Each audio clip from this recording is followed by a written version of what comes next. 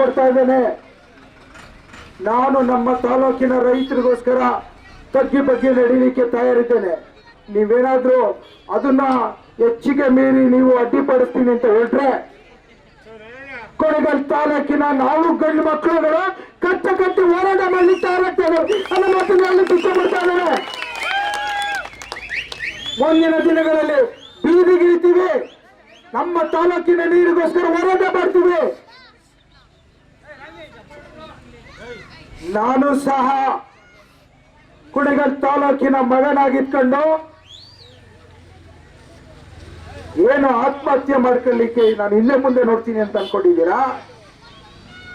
ನನ್ನ ತಾಲೂಕಿನ ರೈತರಿಗೋಸ್ಕರ ನನ್ನ ದೇಹವನ್ನು ತ್ಯಾಗ ಮಾಡಲಿಕ್ಕೆ ತಯಾರಿದ್ದೇನೆ ಅಂತ ನಮ್ಮೂರಿನಲ್ಲಿ ಎಲೆಯೂರಲ್ಲಿ ನಾನು ಹೇಳಿಕೊಂಡಿದ್ದೇನೆ. ನಾನು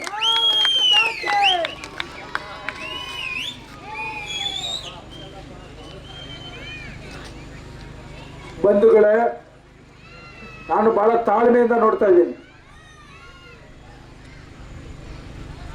ಇವತ್ತು ಪ್ರತಿಯೊಂದು ಹಂತದಲ್ಲೂ ನಮ್ಮ ಊರಿನ ಗಂಡು ಮಕ್ಕಳುಗಳು ಕೃಷಿ ಮಾಡಿ ಅಂತಂದ್ರೆ ಇಲ್ಲ ಅಣ್ಣ, ನೀರು ಬರ್ತಾ ಇಲ್ಲ, ಬೋರ್ವೆಲ್ಲು ನೀರು ಸರಿಯಾಗಿ ಸಿಗ್ತಾ ಇಲ್ಲ, 800-900 ಒಳ್ಳೆ ಕೊಡ್ತಾ ಇದ್ದೇನೆ.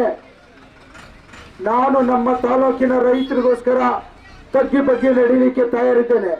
ನೀವೇನಾದ್ರೂ ಅದನ್ನ ಹೆಚ್ಚಿಗೆ ಮೀರಿ ನೀವು ಅಡ್ಡಿಪಡಿಸ್ತೀನಿ ಅಂತ ಹೇಳ್ರೆ ಕೊನೆಗಲ್ ತಾಲೂಕಿನ ನಾವು ಗಂಡು ಮಕ್ಕಳುಗಳು ಕಟ್ಟಿ ಹೋರಾಟ ಮಾಡಲಿಕ್ಕೆ ತಯಾರಾಗ್ತೇವೆ ಅನ್ನೋ ಮಾತನ್ನು ಹೇಳಲಿಕ್ಕೆ ಇಷ್ಟಪಡ್ತಾ ಇದ್ದೇನೆ. ಮುಂದಿನ ದಿನಗಳಲ್ಲಿ ಬೀದಿಗಿಳಿತೀವಿ, ನಮ್ಮ ತಾಲೂಕಿನ ನೀರಿಗೋಸ್ಕರ ಹೋರಾಟ ಮಾಡ್ತೀವಿ. ನಾನು ಸಹ ಕುಣಿಗಲ್ ತಾಲೂಕಿನ ಮಗನಾಗಿಟ್ಕೊಂಡು ಏನು ಆತ್ಮಹತ್ಯೆ ಮಾಡ್ಕೊಳ್ಳಿಕ್ಕೆ ನಾನು ಇಲ್ಲೇ ಮುಂದೆ ನೋಡ್ತೀನಿ ಅಂತ ಅನ್ಕೊಂಡಿದ್ದೀರಾ?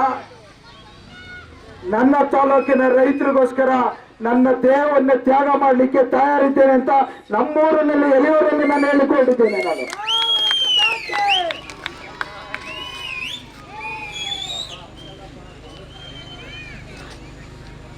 ಬಂಧುಗಳೇ, ನಾನು ಬಹಳ ತಾಳ್ಮೆಯಿಂದ ನೋಡ್ತಾ ಇದ್ದೀನಿ. ಇವತ್ತು ಪ್ರತಿಯೊಂದು ಹಂತದಲ್ಲೂ ನಮ್ಮ ಊರಿನ ಗಂಡು ಮಕ್ಕಳುಗಳು ಕೃಷಿ ಮಾಡಿ ಅಂತಂದ್ರೆ ಇಲ್ಲ ಅಣ್ಣ, ನೀರು ಬರ್ತಾ ಇಲ್ಲ, ಬೋರ್ವೆಲ್ಲು ನೀರು ಸರಿಯಾಗಿ ಸಿಗ್ತಾ ಇಲ್ಲ, 800-900